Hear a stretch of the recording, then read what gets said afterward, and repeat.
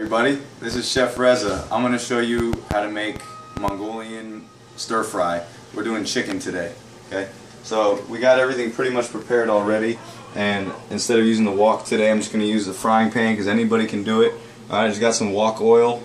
It has soybean oil, garlic oil, ginger oil, sesame oil, and onion oil. Alright, so we just pour a little bit of that on there, and then I like to add something else like butter or coconut oil, so I'll throw a little bit of butter and mix it in, and you want to cook it on high, so we're going to turn it up right now. Okay, so throw on a little butter with the wok oil, some butter, and then a little coconut oil.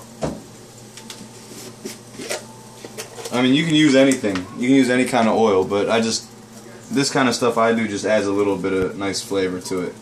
But that, again, is up to you. Okay? So now once we've done that, you let it get hot. It's pretty much hot already because it heats up very fast, but we're going to wait like 20 seconds and get everything else ready. So now what I'm going to do is grab this chicken. I already chopped it up kind of thin, if you can see. Alright, just small pieces so they cook rather fast. Right? Okay, so now I'm going to take this pan as it's heating up. I can mix the oil and butter around. Okay, you see how it gets nice and all over the pan. Alright, and it's pretty hot now, so I'm going to start throwing the chicken on. Okay, and try to make it land flat if you can, and separated from each piece, because you want it to cook thoroughly. I mean, it's going to cook fast, but try to separate them. Alright, and it doesn't, if they're grouped up a little, that's alright, because I'm going to come back with some chopsticks later. Alright, so always start with the meat first. Now really, I can just start throwing on everything else, but I like to separate it like this. Okay? So both sides will get a nice sear, and the meat will be nice and juicy.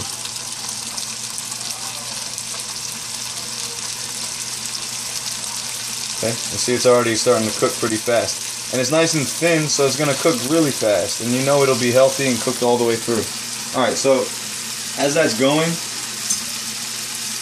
I go and get some other ingredients ready to bring over. So I got the cabbage, some peppers. This is chopped up Thai chili pepper. It's really, really spicy. Be careful with that. Okay, we got green onion, and then we got regular onion. Alright, so I'm going to grab all this and just bring it over to the little work area, to the stove.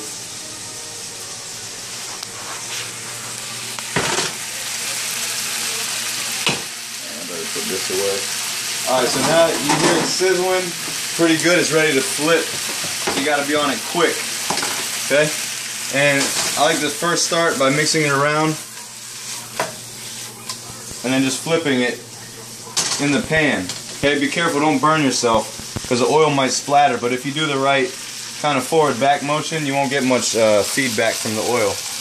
Alright, so most of it's already flipped, and then I just come back with the chopsticks and get those that aren't. Alright, so this is actually going to keep all the juices in the chicken because we're searing both sides really well.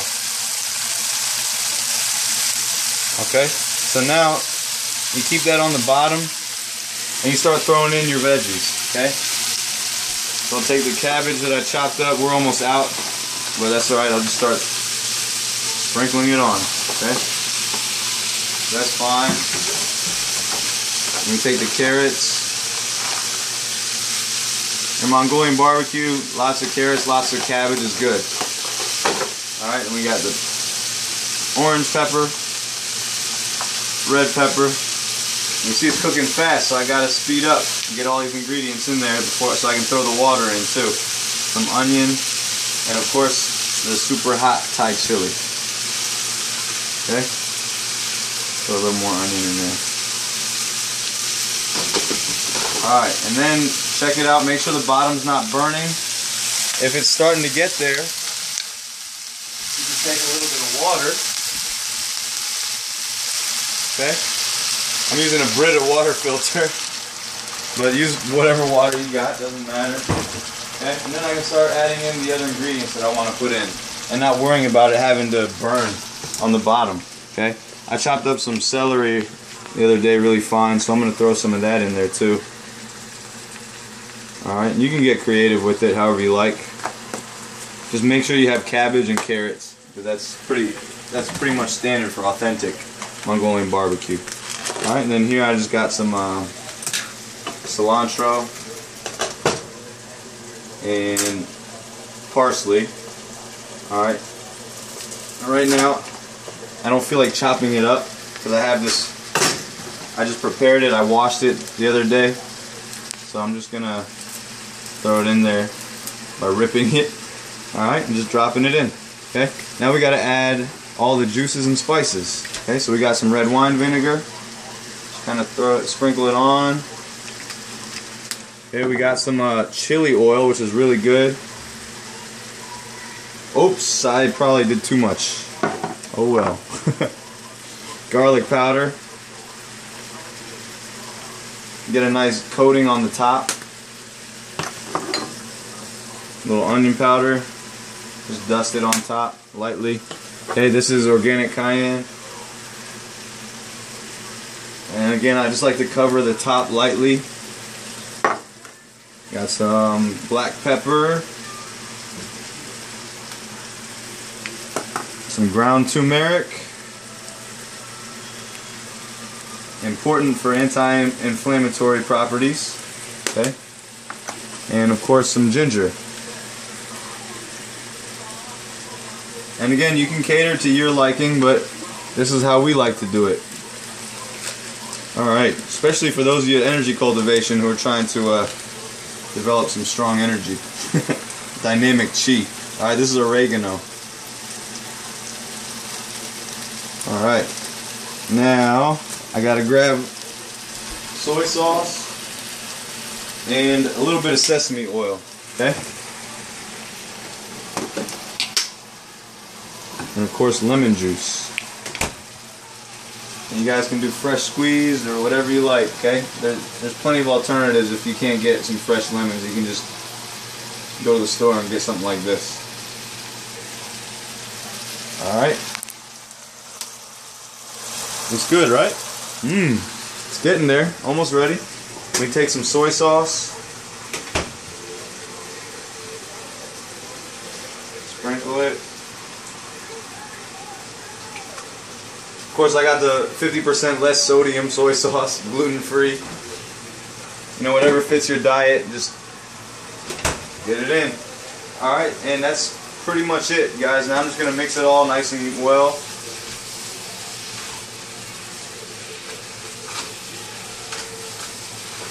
Okay.